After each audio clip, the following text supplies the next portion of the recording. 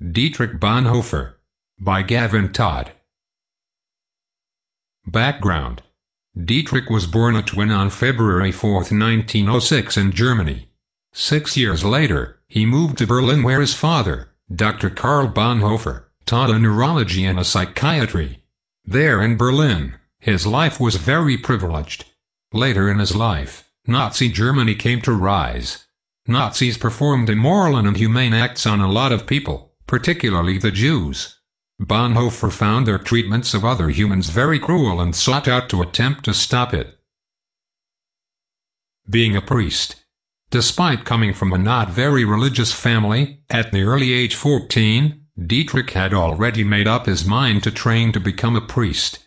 In 1923, Bonhoeffer went to college at Tübingen University. He graduated in 4 years with a doctorate of theology. At this point, he is too young to be ordained as a priest, so he goes to New York for a year in 1930 where he helps Frank Fischer with his seminars. In 1931, he returns to Germany to be ordained as a priest. Dietrich Bonhoeffer later then goes to assist with the foundation of the Confessing Church. Rebellion.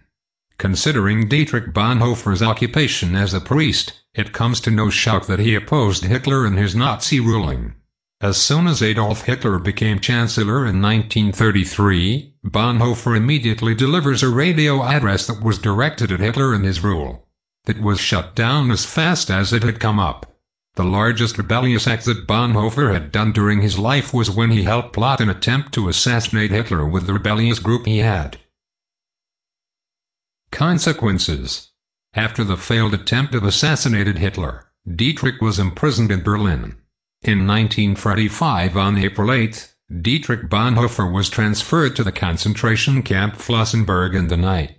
The next day, April 9, 1945, Dietrich Bonhoeffer is executed alongside many other members of the resistance against the Nazi regime.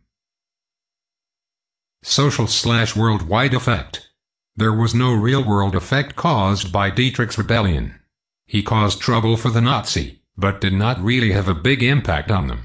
However, Bonhoeffer did help lead the idea of rebellion against the Nazi regime within Germany. Agree or disagree? I completely agree with Dietrich Bonhoeffer's actions.